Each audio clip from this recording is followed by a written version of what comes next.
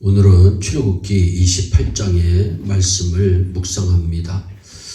오늘 본문은 성막에서 봉사하는 제사장 직분과 제사장이 갖추어야 할 복장에 대하여 설명하고 있습니다. 먼저 성막에서 봉사하는 제사장들은 어떠한 자격시험을 치르거나 특별한 능력을 소유하고 있는 사람들을 선별하여 세우신 것이 아니라 모세와 모세의 아들들도 있는데 그들을 지목하지 않으시고 그저 아론과 그의 네 아들들이라고 1절에 말씀하고 있습니다. 이렇게 제사장의 직무를 아론의 가족으로 제한하신 것은 모든 직분자는 자기가 잘나서 직분을 맡고 싶다고 해서 되는 것이 아니라 하나님의 주권적인 은혜로만 직분을 맡게 된다고 하는 말씀입니다. 직분이라고 하는 것은 하나님께서 주신 성직, 거룩한 직분임을 알아 우리 한 사람 한 사람이 자신의 직무를 잘 감당해야 되겠습니다.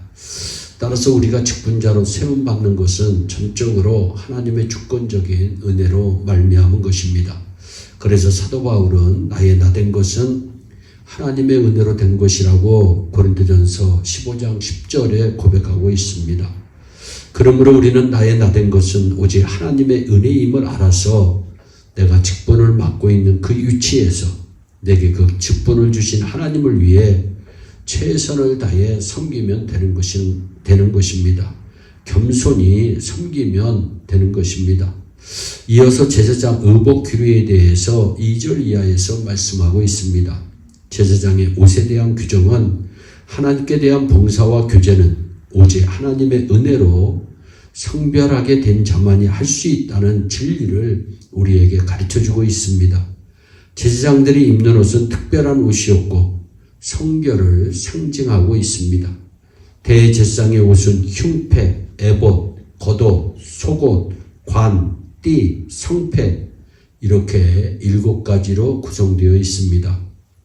그 중에 2가지만 살펴보면 에봇은 가슴과 등을 덮는 긴 조끼 모양의 상의로 제사장의 상체를 덮는 소매 없는 겉옷임을 8절로부터 14절에 말씀하고 있습니다. 이것은 제사장의 이스라엘 12지파의 중보자로서의 역할에 대한 표식이라고 말씀드릴 수가 있습니다. 이 역할이 예수 그리스도로 완성되었고 이제는 우리 성도들의 몫이 되었습니다.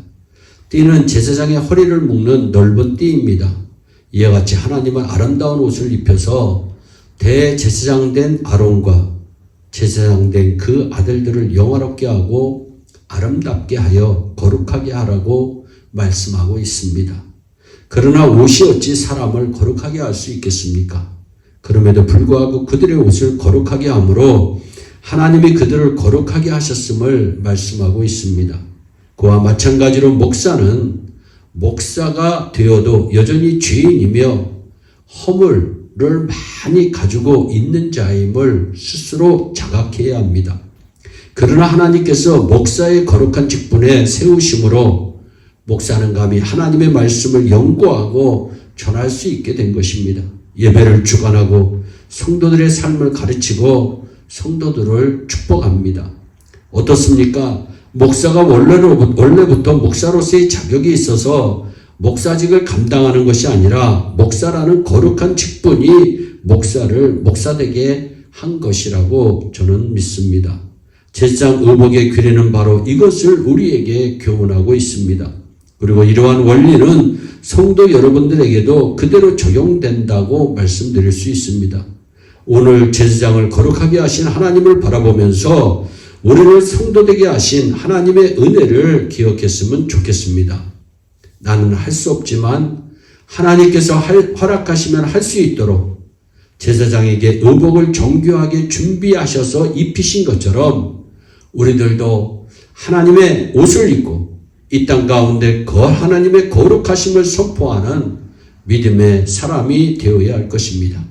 오늘도 거룩한 제사장으로서 여러분들께서 예배자의 삶을 통해 하나님의 영광을 드높이는 분들이 되시기를 주 예수 그리스도의 이름으로 축원합니다. 기도하겠습니다. 사랑의 하나님 참 감사합니다. 거룩한 직분, 제사장의 직분을 우리에게 허락하여 주신 것 너무나도 감사합니다. 하나님의 옷을 입어야 되겠습니다. 성결의 옷을 입어야 되겠습니다. 하나님의 옷을 입고 거룩한 직분을 잘 감당해서 하나님 앞에 영광 올려드리는 우리 모두가 되게 하여 주옵소서. 감사하고 예수님의 이름으로 기도하옵나이다. 아멘.